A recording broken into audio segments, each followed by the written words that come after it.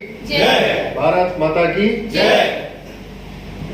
आदरणीय अजय जी, आदरणीय पांडे जी, मित्र विवेक जी, कार्यक्रम का संचालन कर रहे हैं हमारे मित्र, और सामने उपस्थित बहुत सारे लोग पूर्व परिचित हैं, जो नहीं परिचित हैं अभी परिचित हो गए। सबको मैं नमस्ते करता हूँ, सबको प्रणाम करता हूँ, छोटे बच्चों को अपना स्नेह भेंट करता हूँ।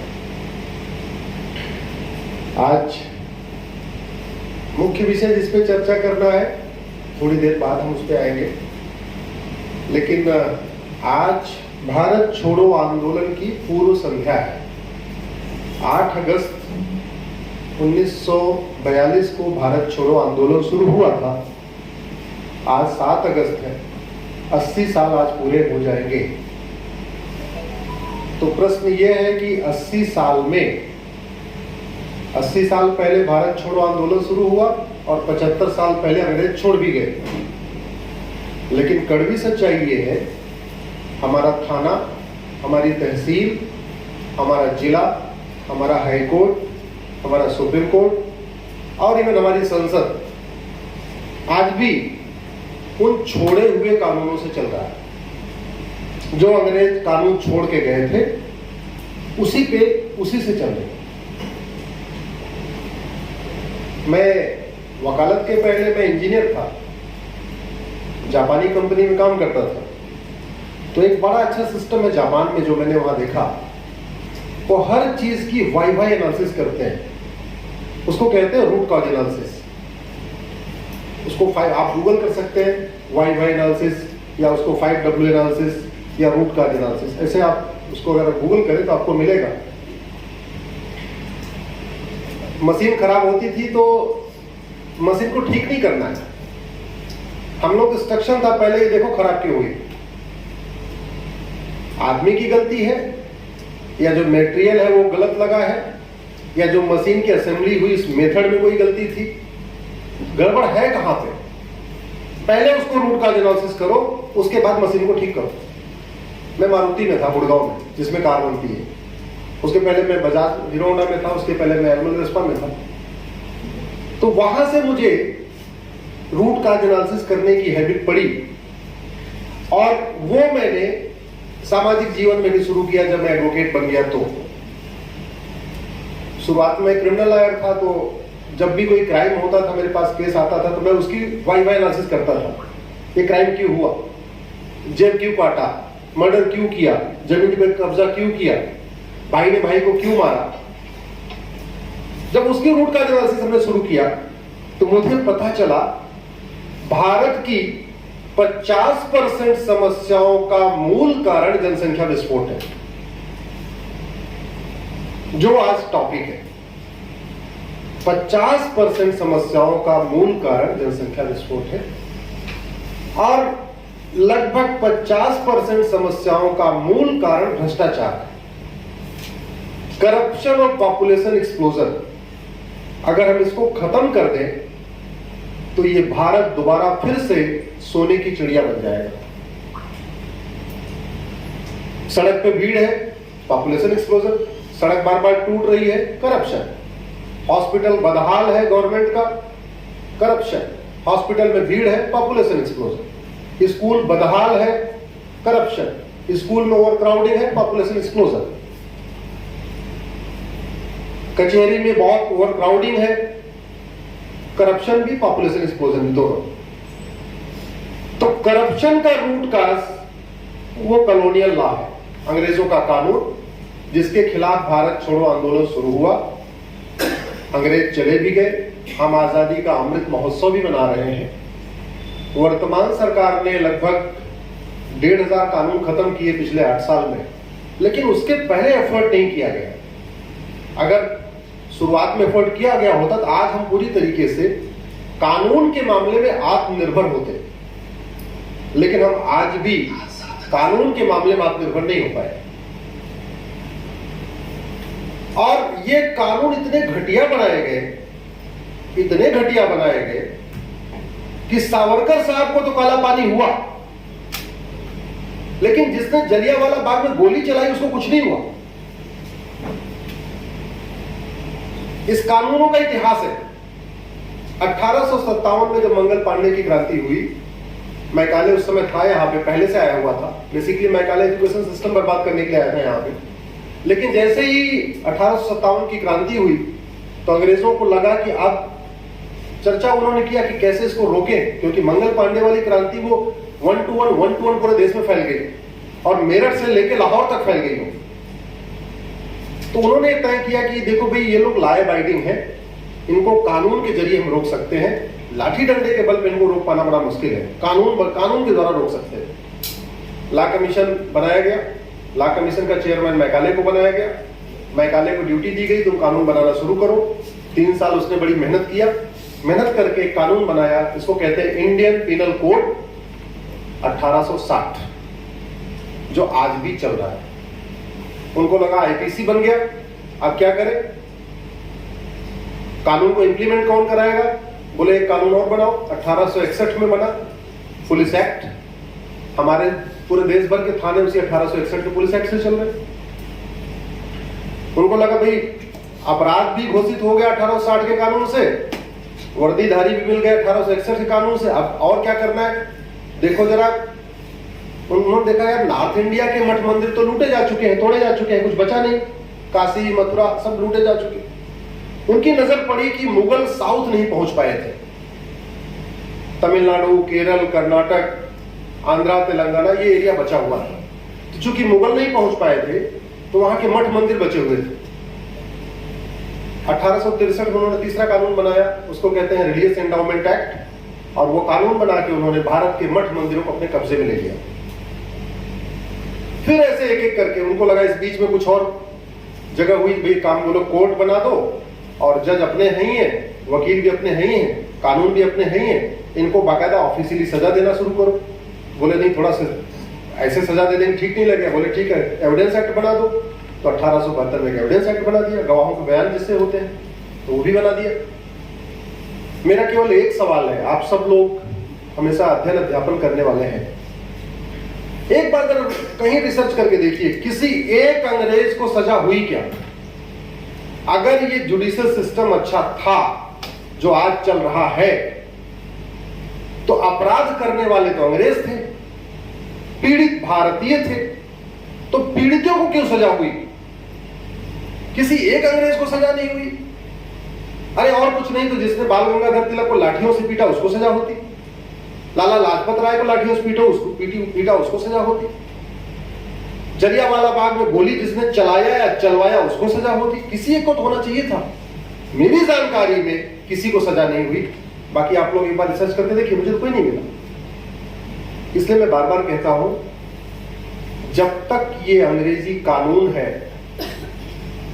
तब तक अंग्रेजी सोच रहेगी, जब तक अंग्रेजी सोच रहेगी तब तक अंग्रेजी व्यवस्था रहेगी, जब तक अंग्रेजी व्यवस्था रहेगी तब तक स्वदेशी हमारी सोच नहीं आ सकती, स्वदेशी व्यवस्था नहीं आ सकती, स्वदेशी न्यायिक पद्धति का विकास नहीं हो सकता, हमारी जो खुद की मूल पद्धति थी उसका नहीं आ सकता। भाई जब तक पुराना घर गिरेगा नहीं तब तक नया घर बनेगा कैसे? बड़ी स्वाभाविक सी बात है। इसलिए आज हमने आह्वान किया था पूरे देश भर में अंग्रेजी कानून जलाया जाए। पूरे देश भर में लोग जला रहे हैं, मैं भी जला के आया हूं, सोशल मीडिया मैंने भी डाल दिया है, देश भर के लोग जला रहे हैं। और जब तक ये अंग्रेजी कानून रहेगा तब तक भ्रष्टाचार खत्म नहीं होगा, जब तक भ्रष्टाचार खत्म नहीं होगा तब तक हमारी संस्कृति का विकास नहीं होगा। मेरी पीआईएल 2017 से चल रही भारत में एनआरसी लागू करने के लिए। जब 2017 मैंने पीआईएल फाइल किया था सुप्रीम कोर्ट में, उस समय मैंने आंकड़ों के साथ बताया था कि 5 करोड़ घुसपैठिए आ चुके हैं। अब तो 22 हो गया, थोड़े ज्यादा ही हो चुके हैं, क्योंकि निकले तो है नहीं, आ ही रहे। कैसे आते हैं घुसपैठिए? अभी छापा पड़ा है, एक बीएसएफ के कमांडेंट के यहां 20 करोड़ रुपए मिला है, ईडी ने छापा मारा है। घुसपैठिए घूस दे के आते हैं, घूस दे के आधार बनवाते हैं, घूस दे के राशन कार्ड बनवाते हैं, घूस दे के बर्थ सर्टिफिकेट बनवाते हैं, घूस दे के ड्राइविंग लाइसेंस बनवाते हैं, घूस दे के वोटर आईडी बनवा लेते हैं। जितने कागज हमारे और आपके पास नहीं है, उससे ज्यादा कागज घुसपैठियों के पास है। सर्बानंद सोनोवाल जी ने एक पीआईएल किया था कि असम में एनआरसी लागू किया जाए। उनकी पीआईएल पे सुप्रीम कोर्ट ने ऑर्डर कर दिया असम में एनआरसी लागू करो। लकली जब वो आए तो एनआरसी चल रही थी वहां पे, मतलब उसके पहले भी चल रही थी, लेकिन इस बीच वो मुख्यमंत्री बन गए। आप खुद कल्पना करिए, अगर मेरी पीआईएल पे सुप्रीम कोर्ट कोई ऑर्डर करेगा तो स्वाभाविक सी बात है मेरे दिल का मामला होगा ना, मेरे एकदम पैशन का मामला होगा, और मैं ही मुख्यमंत्री बन जाऊं तो मैं उसको इंप्लीमेंट कराने में कोई कोर कसर छोड़ूंगा क्या? नहीं। लेकिन असम के एनआरसी सर्बानंद सोनोवाल जी के टाइम में फेल हो गए। कैसे? डॉक्यूमेंट तो उन्होंने बनवा ही दिए थे। जब रजिस्टर बनने के, एनआरसी होता क्या है, एक रजिस्टर होता है, उसको डोर टू डोर लेखपाल पटवारी लेके आते हैं। लेखपाल पटवारी आए, फिर उनको 2,000 के नोट पर घुसपैठिया 2,000। लेखपाल पटवारी इतने चालाक, दिन भर में जितने घुसपैठियों का नाम जोड़े उतने असम के लोगों का उसमें से निकाल दे, क्योंकि उन्होंने, उनको लगा कि अगर असम के लोगों का भी नाम रखूंगा, ये हमारे असम के साथी हैं यहाँ पे, जो भी किताब जो मैंने लॉन्च किया असम के रहने वाले हैं, वो ज्यादा अच्छी तरीके से समझते हैं। उनको लगा कि जितने घुसपैठियों का, अगर मैंने घुसपैठियों का नाम और असम के लोगों का नाम दोनों जोड़ दिया, असम की पॉपुलेशन बढ़ जाएगी, बड़ा बवाल हो जाएगा।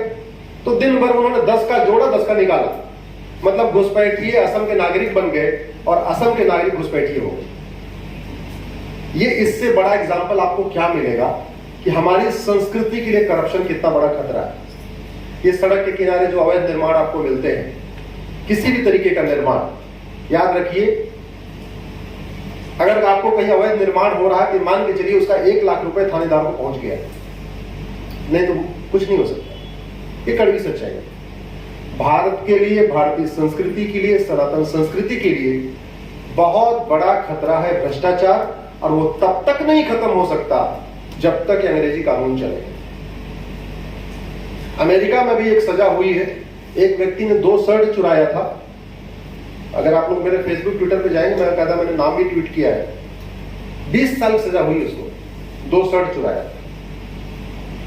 एक व्यक्ति ने एक दूसरे का अकाउंट हैक कर लिया था, 335 साल की सजा हुई है। उदयपुर में जो कन्हैया की हत्या हुई है, अगर अमेरिका में होती तो क्या होता? हमारे देश में कानून क्या है? वो फेडरल पिनल कोड आया हुआ है, गाड़ी में है, धीरे नीचे से।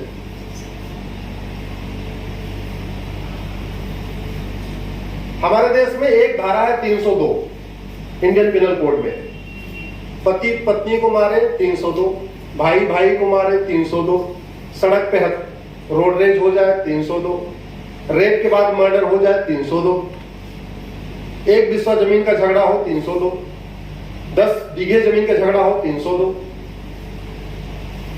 100 रुपए की झगड़ा हो तो भी 302, 1 लाख करोड़ के लिए झगड़ा हो तो भी 302। हमारे पूर्वांचल में कहते हैं सब धान 22 पसेरी। जो लोग पूर्वांचल के होंगे उनको पता हो। अमेरिका में एक फेडरल पिनल कोड होता है, जो भी मैंने मंगवाया। तो जब ये कन्हैया का मर्डर हुआ तो मैंने कहा देखो जरा वहां इसको सजा होती की। अब भारत के कानून के हिसाब से कन्हैया के हत्यारों को, कमलेश तिवारी के हत्यारों को या उमेश कोल्हे के हत्यारों को आजीवन कारावास होगा, और आजीवन कारावास का मतलब 14 साल भी होता है। सरकार मेहरबान हो जाए तो बीच में भी वापस ले सकते हैं। सरकार मेहरबान हो जाए तो बीच में भी सजा माफ हो सकती है। क्यों भैया? ऐसे ही है। अमेरिकन फेडरल पिनल कोड के हिसाब से उमेश कन्हैया के हत्यारों को 550 साल सजा होगी, क्योंकि वहां मर्डर की अलग धारा है, बुचरिंग की अलग धारा है, गला रेतने की, जेनोसाइड की अलग धारा है, हेट क्राइम की अलग धारा है, टेररिज्म की अलग धारा है, सबकी अलग अलग धारा है। तो उसको 550 साल सजा होगी।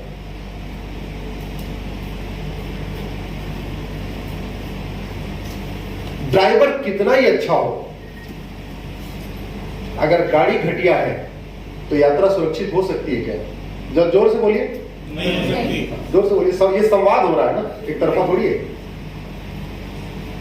मिस्त्री कितना ही अच्छा हो, अगर सीमेंट बालू घटिया हो, घर सुरक्षित हो सकता है क्या? नहीं हो सकता। डॉक्टर कितना ही अच्छा हो, दवा घटिया हो, शरीर स्वस्थ हो सकता है क्या? ऐसा नहीं हो। वैसे शासक कितना ही अच्छा हो, कितना ही ईमानदार हो, कितना ही मेहनती हो, कितना ही बढ़िया हो, अगर कानून घटिया होगा तो राष्ट्र सुरक्षित नहीं हो सकता। न अलगाववाद कम होगा, न कट्टरवाद कम होगा, न जिहाद कम होगा, न मजहबी उन्माद कम होगा, कुछ भी कम नहीं होगा। आज की डेट में हमारे प्रधानमंत्री से ज्यादा मेहनती दुनिया का कौन सा शासक है बताइए जरा, है कोई? अमेरिका का है क्या? चाइना का है क्या? सिंगापुर वाला है? हमारे प्रधानमंत्री ज्यादा ईमानदार कोई है? ज्यादा मेहनती, ज्यादा राष्ट्रवादी, ज्यादा डिटरमाइंड कोई है? नहीं है। तो फिर जो समस्या भारत में वो सिंगापुर में क्यों नहीं है? जो समस्या भारत में अमेरिका में क्यों नहीं है? अमेरिका में खुलेआम लोग सरतन से जुदा करने का नारा कभी सुना आपने? सिंगापुर में सुना? चाइना में सुना? है किसी की हिम्मत? नहीं है। क्योंकि जहां राजतंत्र हो वहां राजा के अच्छे होने से तंत्र अच्छा हो जाएगा, समझिए इसको। लेकिन जहां लोकतंत्र हो और रूल ऑफ लॉ हो वहां लॉ अच्छा होगा तभी रूल अच्छा होगा। जहां रूल ऑफ लॉ है वहां लॉ के अच्छे होने से रूल अच्छा होगा। शासक, प्राइम मिनिस्टर, प्रेसिडेंट के अच्छे होने से नहीं अच्छा होगा। एक व्यक्ति बोले 15 मिनट के लिए पुलिस हटाओ, और ये कानून समझिए, क्रिमिनल साइकोलॉजी, ये कानून दवा की तरीके काम करता है। अगर आप दवा खाएंगे तो आपकी शरीर यथावत नहीं रहेगी, एज इट इज नहीं रहेगी, या तो अच्छी होगी या खराब होगी। अगर आपको सर दर्द है, दवा खाने के बाद या तो ठीक होगा या बढ़ेगा। बुखार है, दवा खाने के बाद या तो ठीक होगा या वो बढ़ेगा। वैसे ही जहां कानून होता है उससे या तो भ्रष्टाचार कम होता है या बढ़ता है, जहां कानून का राज होता है। अराजकता बढ़ेगी या घटेगी, अलगाववाद बढ़ेगा या घटेगा, एज इट इज नहीं रहेगा, यथावत नहीं रहेगा। यह बहुत बेसिक सलाह है। कानून बिल्कुल दवा की तरीके काम करता है। जिस एक गांव में कोई व्यक्ति एक अपराध करे, कठोर कानून हो, 6 महीने के अंदर सजा हो जाए, उस गांव में दोबारा कोई वो अपराध नहीं करेगा। लेकिन एक व्यक्ति ने कुछ अपराध किया, सजा हुई नहीं, ऊपर से प्रधान और बन गया या पार्षद और बन गया, तो याद रखिए 100 लोग वही अपराध करेंगे। एक व्यक्ति बोले 15 मिनट के लिए पुलिस हटा दो, हिंदुस्तान से हिंदुओं खत्म कर दूंगा, उसको सजा नहीं हो रही। अच्छा, मतलब इससे बड़ा आपको एग्जांपल क्या चाहिए घटिया कानून का? एक व्यक्ति ने बोला 15 मिनट के लिए पुलिस हटाओ, हिंदुस्तान से हिंदुओं खत्म कर दूंगा, सबको याद है ना? बोला किसी ने? वो वीडियो आज भी यूट्यूब पे। तो जिस व्यक्ति ने बोला, पब्लिकली बोला, पुलिस कह रही हां इसने बोला, जज ने देखा हां बोला, और बाइज्जत बरी हो गया, बाइज्जत बरी हो गया। इससे ज्यादा आपको घटिया कानून का एग्जांपल क्या चाहिए?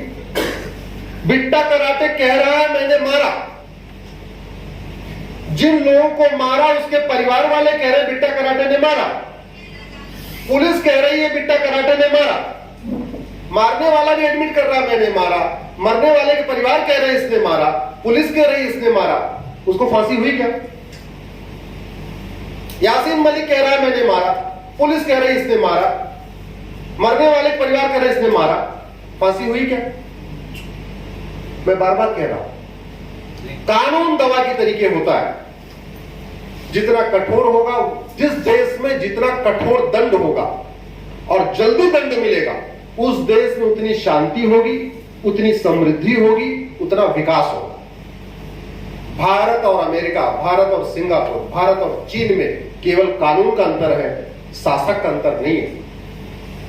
हमसे बाद में चाइना आजाद हुआ था 2 साल के बाद, और आज हमसे कितना आगे निकल गया, क्योंकि उन्होंने कठोर कानून बनाए, कठोर दंड बनाए। हमारे यहां क्यों नहीं? कोई अगर अमेरिका वाला किसी कृष्ण पूछे जरा, वहां कोई बिना हेलमेट के घूमता है क्या? कोई बिना सीट बेल्ट के घूमता है क्या? नहीं घूमता।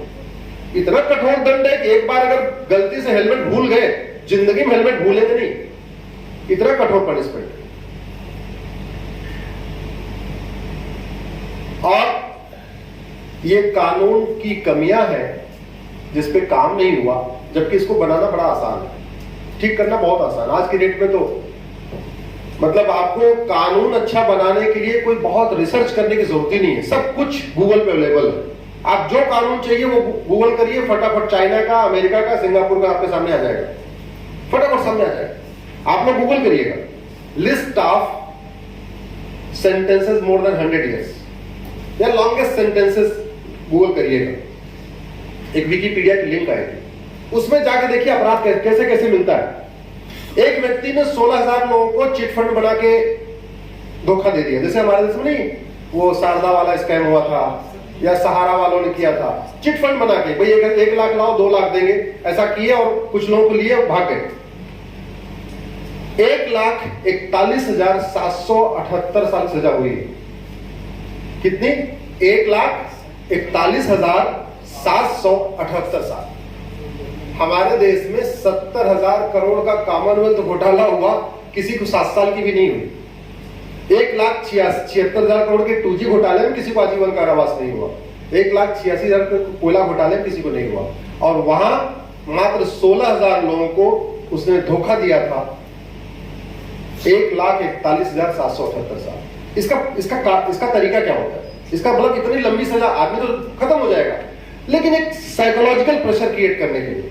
चाइना में क्या करते हैं, व्यक्ति जहां मर्डर करेगा उसको सजा वहीं मिलेगी, जेल के अंदर नहीं चुपचाप दे दिया, ऐसे नहीं होता। जहां वो अपराध करेगा वहीं सजा मिलेगी उसको, खासतौर पे अगर उसने देशद्रोह किया, आतंकवाद फैलाया। सामान्य सजा तो जेल में चलती रहती है भाई, सामान्य सजा जहां मतलब मृत्युदंड देना है वो पब्लिक होता है, सामान्य दंड तो जेल में रहेगा, उसको बाहर थोड़ी छोड़ेंगे। एक सरकारी कंपनी के अधिकारी ने, जीएम ने ठेकेदार से लगभग 1 लाख युआन लिया, गूगल करिएगा आपको मिलेगा डिटेल। फांसी दिया, उसी कंपनी में आकर फांसी दी, जिससे उस कंपनी की एम्प्लॉय देख ले कि ठेकेदार से पैसा लेने का नतीजा क्या होगा। कुछ दिन पहले एक आतंकवादी को दिया था, पार्क में पूरी बैठक बुलाई, पूरी मीटिंग बुलाई ओपनली, पूरे उस एरिया के लोगों को। उनका कॉन्सेप्ट क्या, उनका यह मानना है कि जैसे अगर हमारे इस एरिया में किसी का मर्डर हुआ तो उस एरिया के लोगों में मन में खौफ चला जाता है, डर पैदा हो जाता है। उनका यह मानना, वो डर तभी निकलेगा जब वो लोग उसको मरता हुआ देखेंगे जिसने मारा। तो उसको मारा, उसके फैमिली को बुला लिया था जिसने वो काम किया, 5 गोली मारी, 5 गोली का पर्ची बनाई जो खर्चा आया था, और उसके परिवार को दे दिया कि ये गद्दार था, इसको हमने इतने दिन खिलाया था, उसका ये बजट है, और ये जो 5 गोली अभी मारी है उसका ये खर्चा है, तो क्या इतना पैसा सरकारी खजाने में जमा करें? कोई हिम्मत करेगा क्या? जरा बताइए, कोई हिम्मत करेगा? जोर से बोलिए। नहीं करेगा। सठे साठ्यम समाचरित विदुर नीति है। सठे साठ्यम समाचरित सिद्धांत भारत ने दिया दुनिया को, हमने नहीं अपनाया, दुनिया ने अपना लिया। हमने नहीं अपनाया इसलिए हम अभी परेशान हैं। जिन देशों ने सठे साठ्यम समाचरित सिद्धांत अपना कानून बनाया वो विकसित देश हो गए। ये दोनों में अंतर है। अब आते हैं अपने मूल विषय, ये भारत का संविधान है। 75 साल में 80% संविधान तो लागू हुआ, लेकिन 20% संविधान लागू ही नहीं किया गया। 20%। शरीर की, मानो एक व्यक्ति का आप निर्माण करिए, उसका हाथ बना दीजिए, पैर बना दीजिए, पेट बना दीजिए, सब बना दीजिए, और बोलो जी 80% हमने बना दिया है, 20% काम बचा हुआ है। बोले क्या रह गया? बोले इसके अंदर आंख डालना है, दिल डालना है, लीवर डालना है। वो व्यक्ति कैसा रहेगा? कैसा रहेगा? बोले 80% हो गया जी, बस 20% और काम बाकी है। बोले क्या क्या? बोले बस इसके अंदर आंख डालना है, नाक डालना है, दिल डालना है, कान डालना है, इतने चीज और रह गया बस, बाकी तो हमने सब बता दिया। हमारे देश के साथ भी ऐसा ही हुआ। भारत का संविधान कहता है सबको समान अवसर मिलना चाहिए। आज की डेट में सबको समान अवसर मिल रहा है? सब लोग शिक्षक हैं। इंजीनियरिंग का एक एग्जाम, मेडिकल का एक एग्जाम, एनडीए का एक एग्जाम, फ्लैट का एक एग्जाम, बैंक का एक एग्जाम, सारे एग्जाम में यूपी का बच्चा अलग किताब पढ़ रहा है, बिहार बोर्ड का बच्चा अलग किताब पढ़ रहा है, बंगाल बोर्ड का बच्चा अलग किताब पढ़ रहा है, सीबीएसई वाला अलग पढ़ रहा है, यूपीएससी अलग पढ़ रहा है, आईसीएसई अलग पढ़ रहा है। कैसे मिल जाएगा सबको इक्वल अपॉर्चुनिटी? अरे जब केंद्रीय विद्यालय का सिलेबस एक हो सकता है तो पूरे भारत का सिलेबस एक करने में क्या दिक्कत है? वन नेशन वन सिलेबस करने में क्या दिक्कत है? बंगाल वाला बंगाली में पढ़े, गुजरात वाला गुजराती में पढ़े, महाराष्ट्र वाला मराठी में पढ़े, तमिलनाडु वाला तमिल में पढ़े। सिलेबस तो एक हो सकता है। मैथ का सिलेबस पूरे देश का एक हो सकता है? नहीं, बताइए जरा, जोर से बोलिए। केमिस्ट्री का एक हो सकता है, फिजिक्स का एक हो सकता है, जूलॉजी का एक हो सकता है, बॉटनी का एक हो सकता है, इंग्लिश का एक हो सकता है, हिंदी का एक हो सकता है। 80% सिलेबस तो एक हो सकता है। 20% सिलेबस ठीक है भाई, स्टेट की अलग, आपको वहां का एनवायरनमेंट पढ़ाना है, वहां की लोकल हिस्ट्री पढ़ानी है, तो ठीक है 10 किताब कर दो। 10 किताब में 7 किताब या 8 किताब सेंटर से लगा दो, 3 किताब वहां स्टेट के ऊपर छोड़ दो, आराम से। मीडियम ऑफ इंस्ट्रक्शन अपने अपने स्टेट का। वन नेशन वन टैक्स से आधी मेहनत में one nation one education board हो सकता था। वन नेशन वन सिलेबस से आधी मेहनत में वन नेशन वन एजुकेशन हो सकता है। हमने वन नेशन वन टैक्स कर लिया, जो ज्यादा मेहनत वाला काम था, लेकिन वन नेशन वन एजुकेशन नहीं किया, जो कम मेहनत वाला काम था। क्यों? फिर आ गया वो करप्शन। काम नहीं करने के कारण, क्योंकि इस देश में लगभग 1 लाख करोड़ के आसपास कोचिंग माफिया का काम चल रहा है और 1 लाख करोड़ के आसपास स्कूल माफिया का काम चल रहा है। ये 2 लाख करोड़ का धंधा जो कर रहे हैं वो इतने पावरफुल है कि यूनिफॉर्म एजुकेशन लागू नहीं होने दे रहे। जब तक मेरे बेटे की किताब, मेरे ड्राइवर की बेटे की किताब एक नहीं होगी, तब तक वो दोनों बच्चों में समानता कैसे आएगी, दोनों में दोस्ती कैसे आएगी? जब तक मंत्री और संतरी के बच्चे की किताब एक नहीं होगी, शिक्षक और शिक्षा मंत्री के बच्चे की एक किताब नहीं होगी, वो दोनों इक्वलिटी फील कैसे करेंगे या इक्वल अपॉर्चुनिटी कहां से आएगी? या तो आप एक काम करो, जेई का एक पेपर सीबीएसई के लिए बनाओ, एक आईसीएसई के लिए बनाओ, एक यूपी बोर्ड के लिए बनाओ, एक बिहार बोर्ड के लिए बनाओ, सब पिला लगा बनाओ। जब पेपर एक है तो सिलेबस भी एक होना चाहिए। अनफॉर्चुनेटली उस पर चर्चा ही नहीं होती है। ये मैंने चर्चा इसलिए कर दिया आउट ऑफ सिलेबस जाके, मेरा टॉपिक नहीं, अभी टॉपिक पे आऊंगा कि आप लोग शिक्षक हैं, ज्यादातर लोग शिक्षक हैं, इस पर आप चिंता करें, इस पर सोचें। इस देश की जरूरत है वन नेशन वन और यूनिफॉर्म एजुकेशन। सर मेरा व्यक्तिगत मानना है कि यूनिफॉर्म सिविल कोड से 10 गुना ज्यादा जरूरी यूनिफॉर्म एजुकेशन है। यूनिफॉर्म एजुकेशन से जाति का जहर टूटेगा, जातिवाद कम होगा।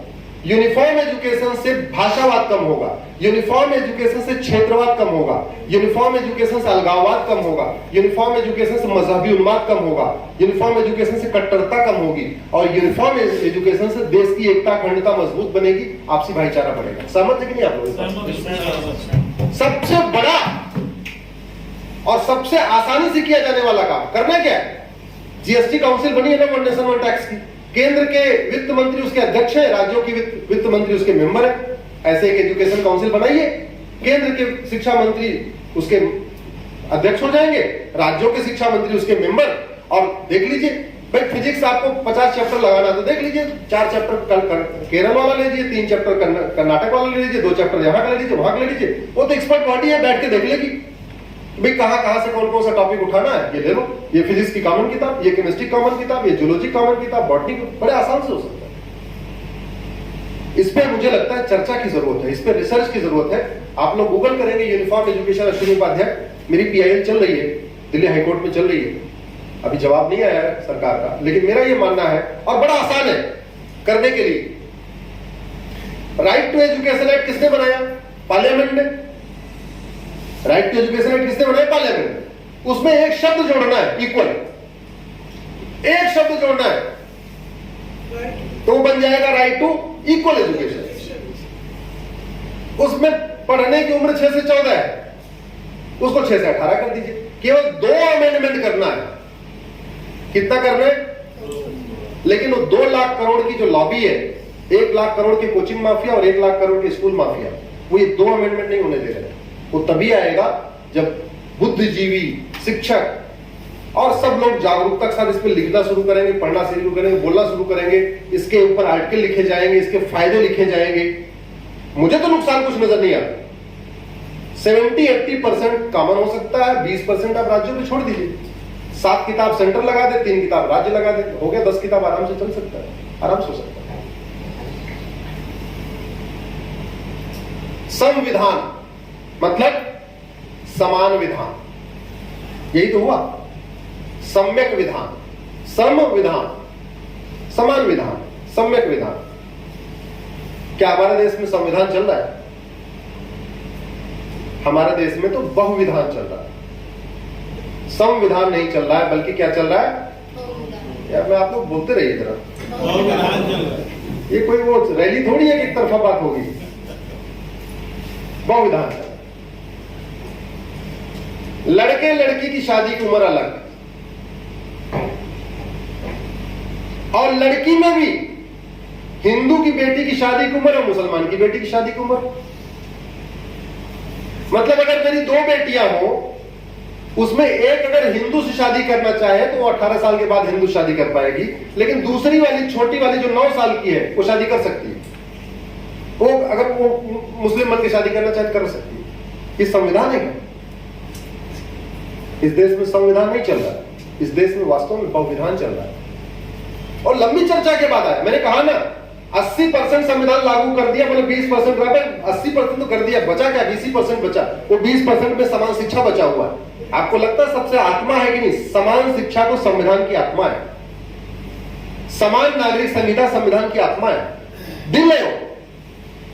लड़के लड़की की शादी की उम्र अलग,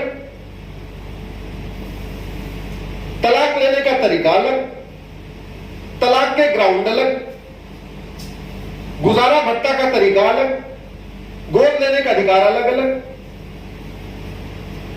मेरी 2 बेटी है नहीं, बता रहा हूं, हमारे 2 बेटे हैं। मेरी 2 बेटियां हैं, मान लो एक हिंदू शादी करे, एक मुस्लिम से शादी करे। हिंदू से शादी करेगी तो पहली बात उसकी मिनिमम एज 18 साल चाहिए, लेकिन जो मुस्लिम शादी करे वो मिनिमम एज 9 साल भी चलेगा। हिंदू से शादी करेगी तो उसका तलाक का जो ग्राउंड होगा अलग होगा, मुस्लिम शादी करेगी तलाक का ग्राउंड ही अलग होगा।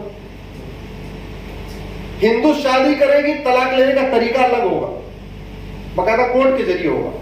मुस्लिम शादी करेगी तो तलाक मौखिक होगा।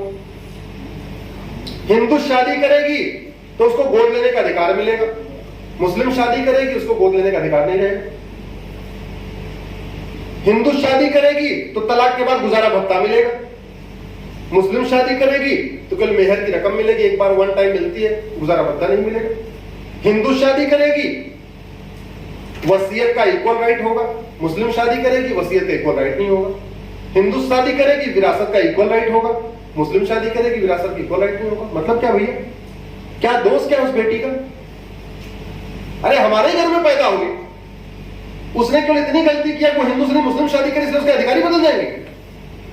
या ऐसे कहिए कि मकान नंबर 1 में हिंदू, मकान नंबर 2 में मुस्लिम, तो एक वाले का अधिकार अलग अलग चलेगा, हाउस नंबर 1 वाले का, हाउस नंबर 2 वाले का अधिकार अलग अलग चलेगा। ये संविधान है, ये सेकुलर कंट्री है। सेकुलर और पर्सनल लॉ ये नदी के 2 किनारे होते हैं। जो या तो देश सेकुलर होता है या तो पर्सनल लॉ से चलता है। हमने क्या किया, वो मतलब पाखंड की इंतहा कर दिया। हर साल 14 अप्रैल को बाबा साहब अम्बेडकर को माला भी चढ़ाते हैं, उनकी पुण्यतिथि मनाते हैं, संविधान की बात भी करते रहते हैं सब। संविधान संविधान संविधान खतरे में है, संविधान बचाओ, पता नहीं क्या क्या संविधान, लेकिन संविधान की जो आत्मा है उसकी चर्चा कभी नहीं करते। तो ये चर्चा हमें ही आपको करना पड़ेगा। मतलब आपको अभी अब हम लोग के सामने एक बताऊं तो बड़ी वो है, जैसे पहले टाइम में क्या था, कांग्रेस सत्ता में थी, बीजेपी विपक्ष में थी, तो जेटली जी, सुषमा जी, आडवाणी जी अच्छे अच्छे राष्ट्र के मुद्दे उठाते थे। अभी खुशी की बात यह है कि हम सत्ता में हैं, लेकिन दुख की बात है कि विपक्षी को अच्छा मुद्दा उठाते ही नहीं। उठाते हैं क्या? तो ये काम कौन करेगा? हम ही लोग करना पड़ेगा, क्योंकि इससे बढ़िया अवसर नहीं आएगा। और लोकतंत्र में डिमांड और सप्लाई का खेल होता है। जब तक डिमांड नहीं होगी तब तक सप्लाई नहीं होगी। तो डिमांड कौन क्रिएट करेगा? हम ही। तो हम सुप्रीम कोर्ट में बैठ के डिमांड क्रिएट करते हैं। हम एक पीआईएल के बाद दूसरी, दूसरी के बाद तीसरी, तीसरी बात चौथी, यही करते रहते हैं कि वहां डिमांड क्रिएट करते रहते हैं कि भाई ठीक है थोड़ा सुप्रीम कोर्ट नोटिस इशू करेगा। तो मैंने 5 PIL फाइल किया। पहले लड़के लड़की शादी की उम्र की फाइल किया, बराबर करो, वो एडमिट हुई। फिर दूसरी फाइल किया, ग्राउंड्स ऑफ डिवोर्स यूनिफॉर्म करो, वो एडमिट हुई। तीसरी फाइल किया, गुजारा भत्ता सबको दो, वो एडमिट हो गई। फिर चौथी फाइल किया, विरासत वसीयत का अधिकार सबको दो, वो एडमिट हो गई। फिर हमने कहा ये बच्चा गोद लेने का अधिकार सबको दो, एडमिट हो गई। तो पांचों को मिला दीजिए तो अपने आप को यूनिफॉर्म सिविल कोड हो जाता है। ऐसी 5 PIL मेरी सुप्रीम कोर्ट में चल रही है। भारत के संविधान के शेड्यूल 7 में बहुत साफ साफ लिखा है population control and family planning. लेकिन संविधान की बात करने वाले, बाबा साहब अंबेडकर की बात करने वाले कभी उसको बात नहीं कर रहे। आज की डेट में एक मुख्यमंत्री तो ऐसा है कि अपने ना कुर्सी के पीछे बाकायदा बाबा साहब अम्बेडकर की फोटो लगा के बैठा हुआ है। आप ध्यान से देखिए, टीवी पे बहुत आता है। उसके पीछे एक तरफ भगत सिंह है, एक तरफ बाबा साहब अम्बेडकर है। लेकिन वो कभी भी इतना ऐड देता, कभी बाबा साहब अम्बेडकर ने संविधान सभा में जो कहा उसको कभी बात नहीं करता। इतना बड़ा पाखंडी। आर्टिकल 47 पे चर्चा हो रही थी संविधान सभा में। आर्टिकल 47 मतलब नशा मुक्त भारत, शराब मुक्त भारत। 2 लोगों ने इतनी तगड़ी उस पर तेज चर्चा किया। 2 लोग, हालांकि महात्मा गांधी भी कहते थे कि भारत नशा मुक्त शराब मुक्त होना चाहिए, लेकिन संविधान सभा की बहस में महावीर त्यागी और बाबा साहब अम्बेडकर ये कहना था दलितों के उत्थान के लिए जो सबसे पहली जरूरत है वो है भारत को नशा मुक्त शराब मुक्त बनाओ। और पास हुआ, डायरेक्टिव प्रिंसिपल में आया। आर्टिकल 47 कहता है नशा मुक्त भारत, शराब मुक्त Bharat. Directive principles are nevertheless fundamental, ये भी लिखा हुआ है कि ये फंडामेंटल राइट के बराबर ही है, ये कम नहीं है डायरेक्टिव प्रिंसिपल्स। और वो व्यक्ति पीछे बाबा साहब की फोटो लगा के दिल्ली में शराब की दुकानें 3 गुनी करने जा रहा है। पहले यहां 50 वार्ड ऐसे थे जहां शराब की दुकान नहीं थी, और ज्यादातर ऐसे वार्ड थे जहां एक वार्ड में एक शराब की दुकान थी। अभी बंदे ने बिल्कुल आर्टिकल 14 के हिसाब से इक्वालिटी का पालन किया। हर वार्ड में 3-3 दुकान खुलेगी, हर वार्ड में 3-3 दुकान। इस देश में करोड़ों माताएं नशेड़ी शराबी बेटों से परेशान है, करोड़ों बहनें नशेड़ी शराबी पतियों से परेशान है, करोड़ों माता पिता नशेड़ी शराबी बेटे से परेशान है, करोड़ों बच्चे नशेड़ी शराबी पिता से परेशान है। और संविधान का आर्टिकल 47 कहता है नशा बंदी शराब बंदी होनी चाहिए। लेकिन हो क्या रहा है, पहले मुफ्त का वादा कर दो, पैसा तो है नहीं तो मुफ्त का वादा करके चुनाव जीत लो। अब मुफ्त का वादा कर दिया तो मुफ्त भरपाई कैसे करें, शराब की दुकान खोलो। भारत और भारतीय संस्कृति के लिए बहुत बड़ा खतरा है ये नशा और शराब।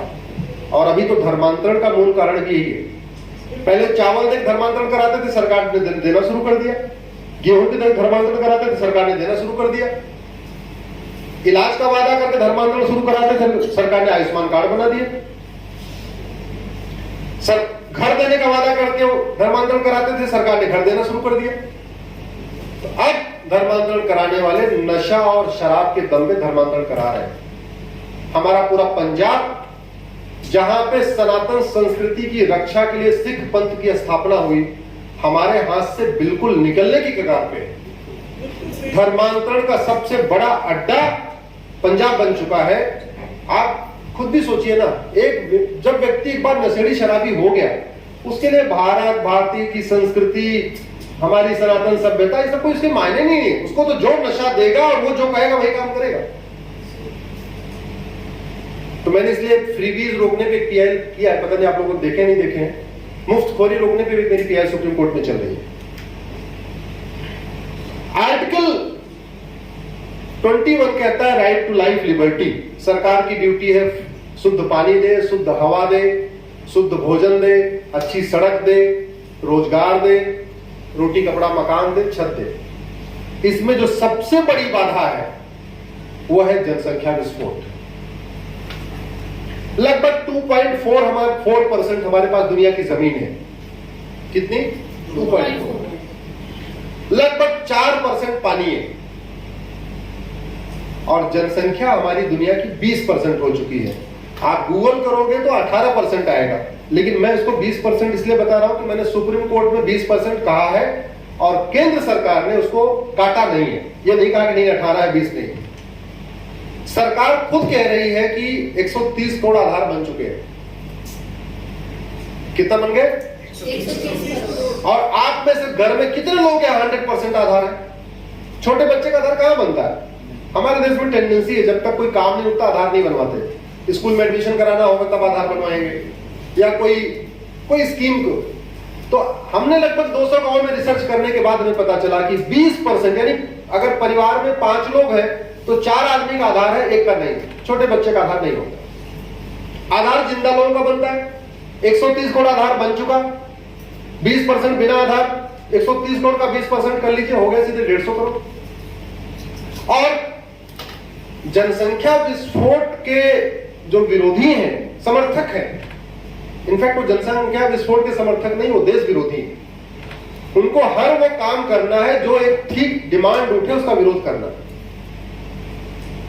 एक तो कहते हैं जी चीन से तो अभी हम पीछे हैं। अरे कैसे चीन से पीछे हो गए?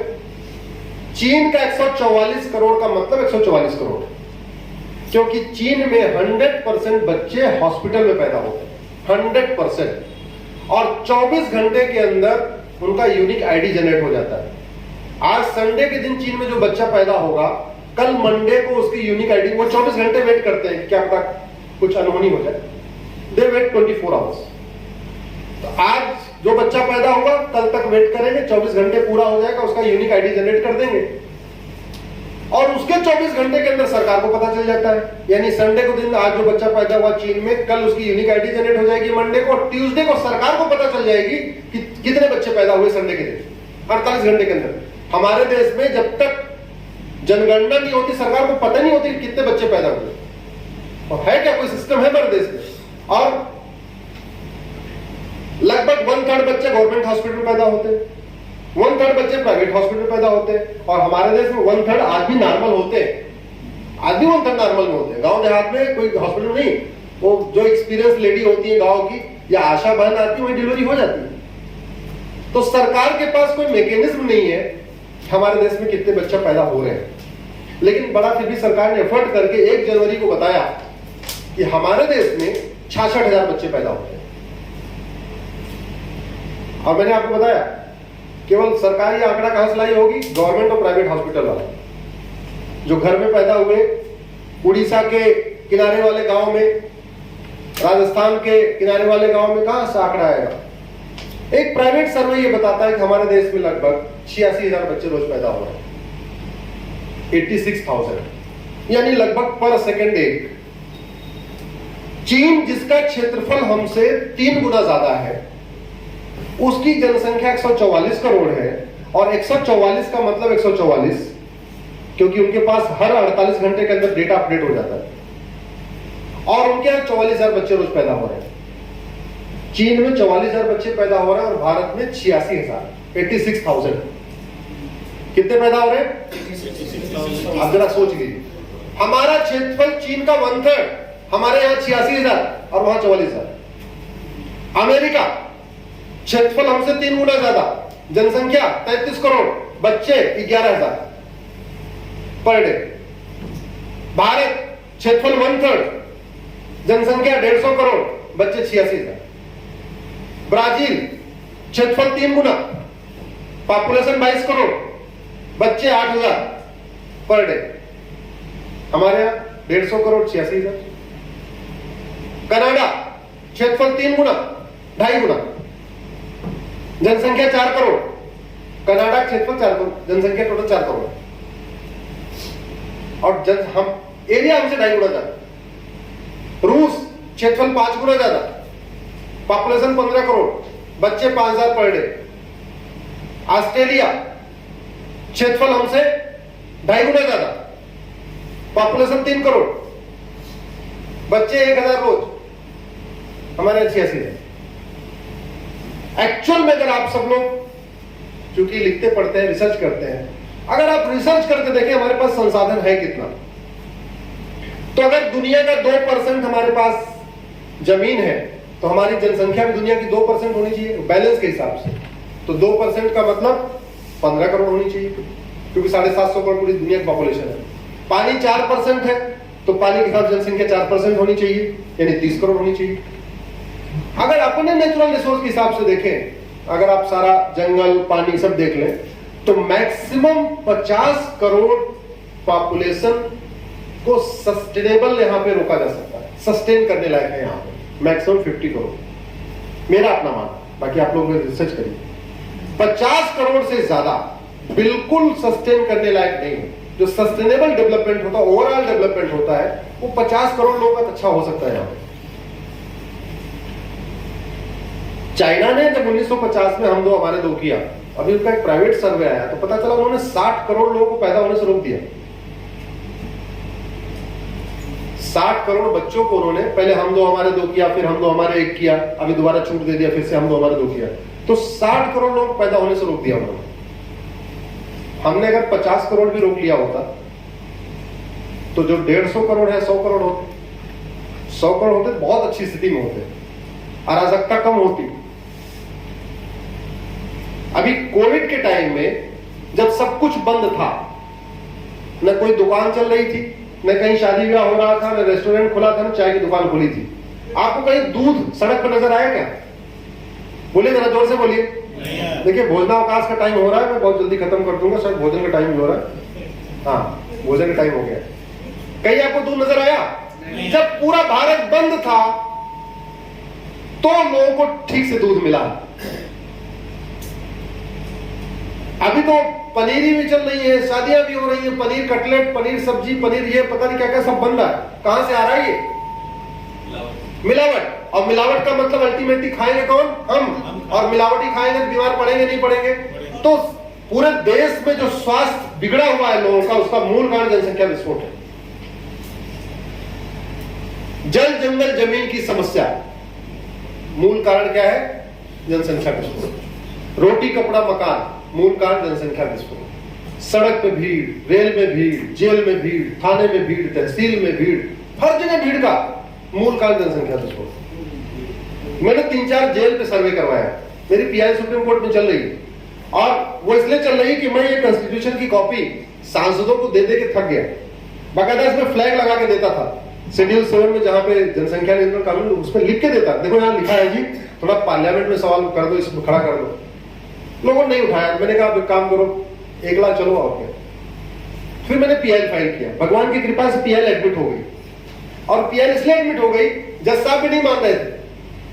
उसी समय पाकिस्तान की सुप्रीम कोर्ट में एक 9 मेंबर्स की कमेटी बनाई थी, किसी व्यक्ति ने वहां पे भी पीएल किया था पाकिस्तान की सुप्रीम कोर्ट में जनसंख्या विस्फोट रोकने के लिए।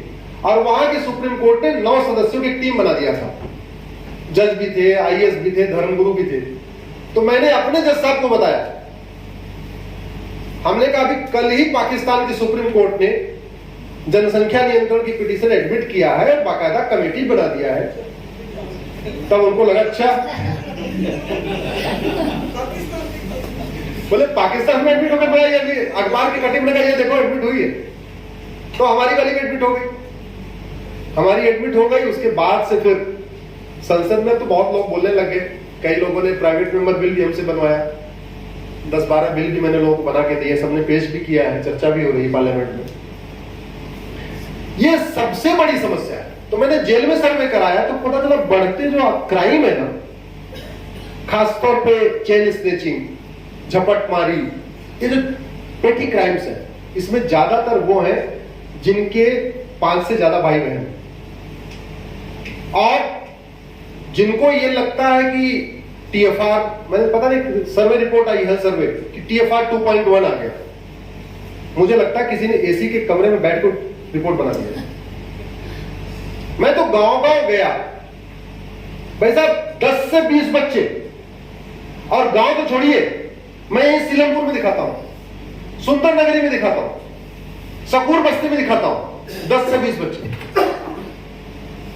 तो अगर जनसंख्या नियंत्रण मान लो हो गया टीएफआर, चलो मान लेते हो रिपोर्ट अच्छी है, 2.1 है, तो जनसंख्या नियंत्रण कानून से दिक्कत क्या है? अरे जब सब लोग अगर हेलमेट पहन रहे हैं तो ट्रैफिक चालान 5,000 हो या 10,000, फर्क क्या पड़ता है? सब लोग सीट बेल्ट लगा ही रहे हैं, तो आपका ट्रैफिक रूल कितना ही कठोर हो जाए, फर्क क्या पड़ता है? तो ये बहुत बड़ा पाखंड है। TFR हमारा 2.1 आ गया, इसलिए जरूरत नहीं है। और जहां तक अगर कुछ लोग कहता है एजुकेशन बढ़ाओ, एजुकेशन बढ़ाओ, एजुकेशन बढ़ाने से लोग हेलमेट तो लगाते नहीं, जबकि अपनी खुद की सेफ्टी है। एजुकेशन बढ़ा थक गए, सीट बेल्ट लोगों ने पहना नहीं।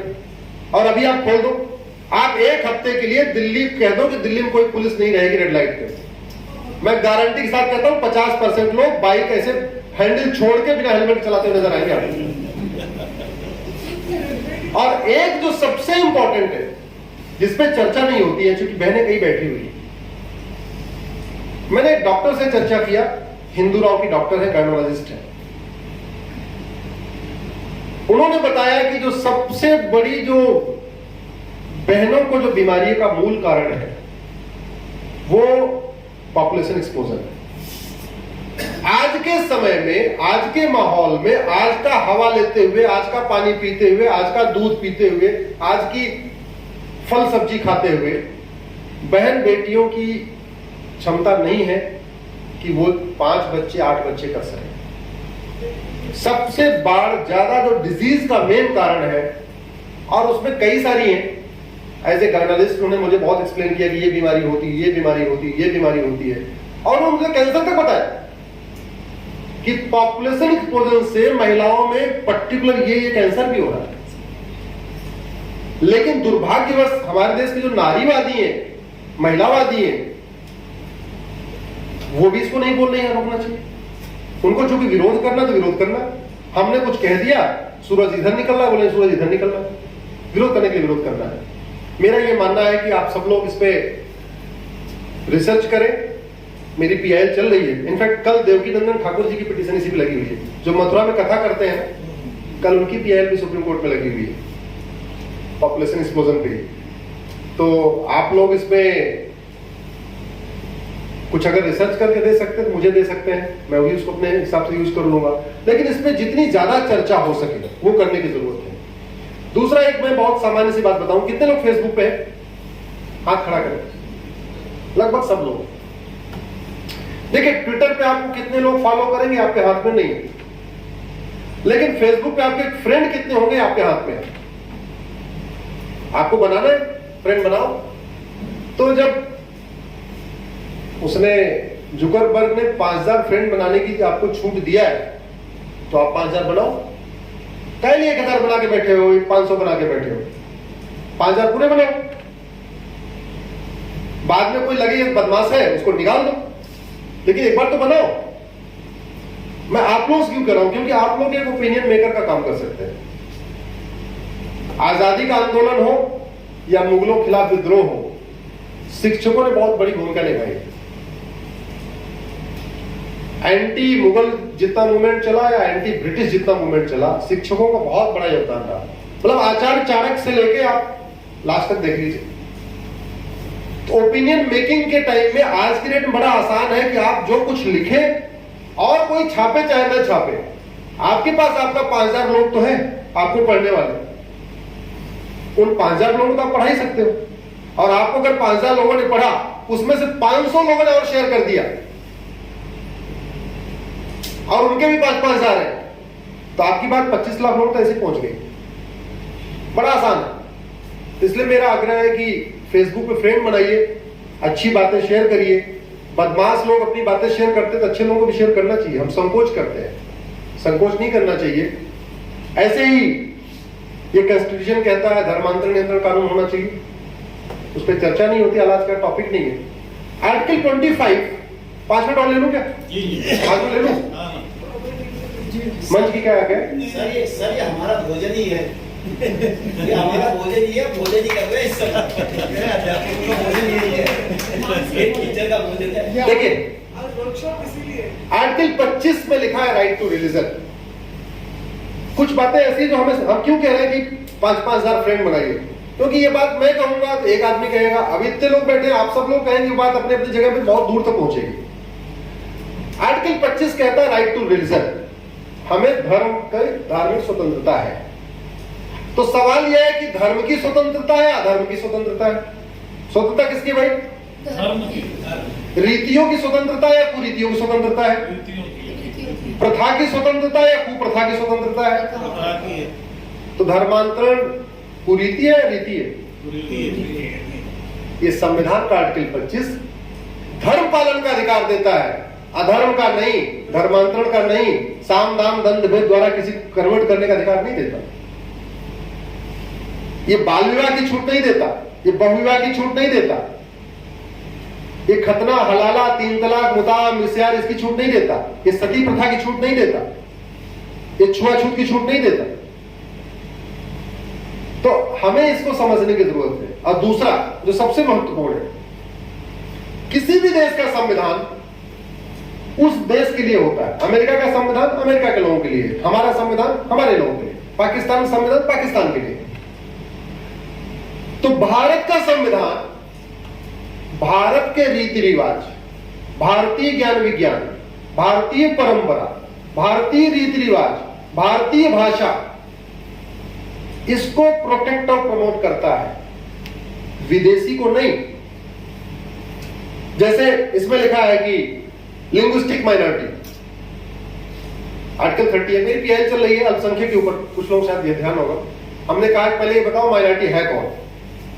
माइनॉरिटी ऑफ एमनेस्टी बाद में बनाना, माइनॉरिटी कमीशन बाद में बनाना, पहले ये बता दो माइनॉरिटी है कौन। 1% वाला, 2% वाला, 3% वाला, 5% वाला, कि है कौन। अभी 30 अगस्त को फिर सुनवाई। दुनिया में 6000 भाषाएं बोली जाती हैं, 6000। क्या सबको भारत में लिंग्विस्टिक माइनॉरिटी का दर्जा मिल सकता है क्या? जोर से बोलिए। नहीं। भारत में भारतीय भाषाओं को लिंग्विस्टिक माइनॉरिटी का दर्जा मिल सकता है। उदाहरण के लिए तमिलनाडु में कोई हिंदी वाला है तो उसको लिंग्विस्टिक माइनॉरिटी दर्जा दे दी। यूपी में कोई तमिल बोलने वाला है, उसको लिंग्विस्टिक माइनॉरिटी दर्जा दे दी। ऐसे दुनिया में 1100 संप्रदाय हैं। क्या उन सबको रिलीजियस माइनॉरिटी दर्जा मिल सकता है क्या? अगर ऐसे देने लग गए तो कल को वो चाइनीज आएगा, नोएडा में एक फ्लैट खरीद लेगा, 10 साल रहने के बाद सिटीजनशिप ले लेगा और बोलेगा देखो जी मेरी भाषा तो चाइनीज है, हमको लिंग्विस्टिक माइनॉरिटी का दर्जा दो। भाई नागरिक बनने के बाद तो मांग सकता है ना वो, और कहेगा मेरा संप्रदाय भी अलग है, तो एक काम करो मुझे धार्मिक रिलीजियस माइनॉरिटी का दर्जा भी दो, हमको कॉलेज खोलना है, हमको अपना चाइनीज कॉलेज खोलना है और मैं माइनॉरिटी हूं, पूरे इंडिया में एक ही चाइनीज है, हमको अल्पसंख्यक दो। ऐसे हो सकता है क्या? सवाल यह है कि नहीं है? तो ये भारत का संविधान भारतीय संप्रदायों को, भारतीय भाषाओं को प्रोटेक्ट और प्रमोट करने के लिए है, विदेशी को नहीं। उदाहरण के लिए, हालांकि आउट ऑफ कंटेस्ट हो जाएगा, अभी हिजाब की एक बात आई थी तमिलनाडु में।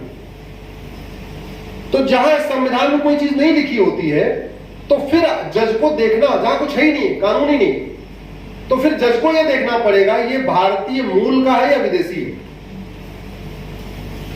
तो कुछ लोगों ने कहा कि भाई हिजाब को आप बैन कर रहे हो तो फिर तिलक को भी बैन करो, ये महिलाएं मंगलसूत्र पहन के इसको भी बैन करो, हाँ कुछ लोग रक्षा पहन के इसको भी बैन करो।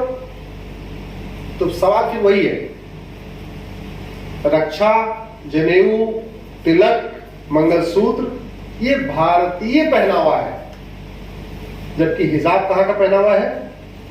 तो भारत का संविधान भारतीय पहनावा को प्रोटेक्ट करेगा, विदेशी को नहीं।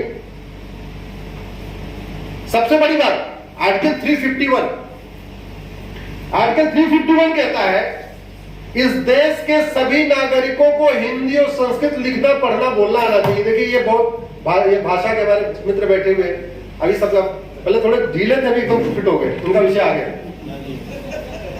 आर्टिकल 351 कहता है इस देश की, और ये ड्यूटी डाली सेंटर के ऊपर, राज्यों पे नहीं डाली, क्योंकि राज्यों का तो जो राज्य बनाए गए थे भाषा के आधार पे, तो संविधान सभा में तय हुआ ये हिंदी और संस्कृत के प्रचार प्रसार की ड्यूटी राज्यों पे मत डालो, ये तो कल अपने अपने स्टेट की लैंग्वेज को प्रोटेक्ट करेंगे, प्रमोट करेंगे, इसकी ड्यूटी डालो सेंटर के ऊपर। तो ये सेंटर की ड्यूटी है। अगर इसको समराइज करें, संविधान सभा की बहस देखें, तो ये ड्यूटी उस समय दी गई थी कि इस देश के सभी नागरिकों को हिंदी और संस्कृत लिखना पढ़ना बोलना आना चाहिए, ये लिखा हुआ है। लेकिन वो कह रहे 80% संविधान लागू हो गया, बस 20% बचा हुआ है। ऐसे समान शिक्षा हो, समान नागरिक संहिता हो, घुसपैठ नियंत्रण कानून हो, धर्मांतरण नियंत्रण कानून हो, जनसंख्या नियंत्रण कानून हो, हिंदी और संस्कृत का प्रचार प्रसार हो, ऐसे लगभग 20% विषय ऐसे हैं जो हमारे संविधान में है, लेकिन तुष्टीकरण ओटजीवी सत्ताजीवी नेताओं ने उस पर कभी चर्चा नहीं किया। अब ये ड्यूटी हम लोगों को ही करना है, क्योंकि हम ही लोग सत्ता में हैं और हम ही लोग सत्ता के बाहर हैं। जो विपक्ष में है उनको आप मत मानिए, वो बस इतना करेंगे जब ईडी आएगी तो सड़क पे आएंगे, सीबीआई आएगी तो सड़क पे आएंगे। इसलिए जो जो चीजें नहीं हुई हैं और जो करना है वो हम ही सब लोगों को मिलकर करना पड़ेगा, दूसरा कोई नहीं करेगा। आप लोगों ने मुझे इतनी देर सुना, आपने मुझे बुलाया, मैं सबको धन्यवाद देता हूं, सबका आभार व्यक्त करता हूं। जय हिंद, जय भारत।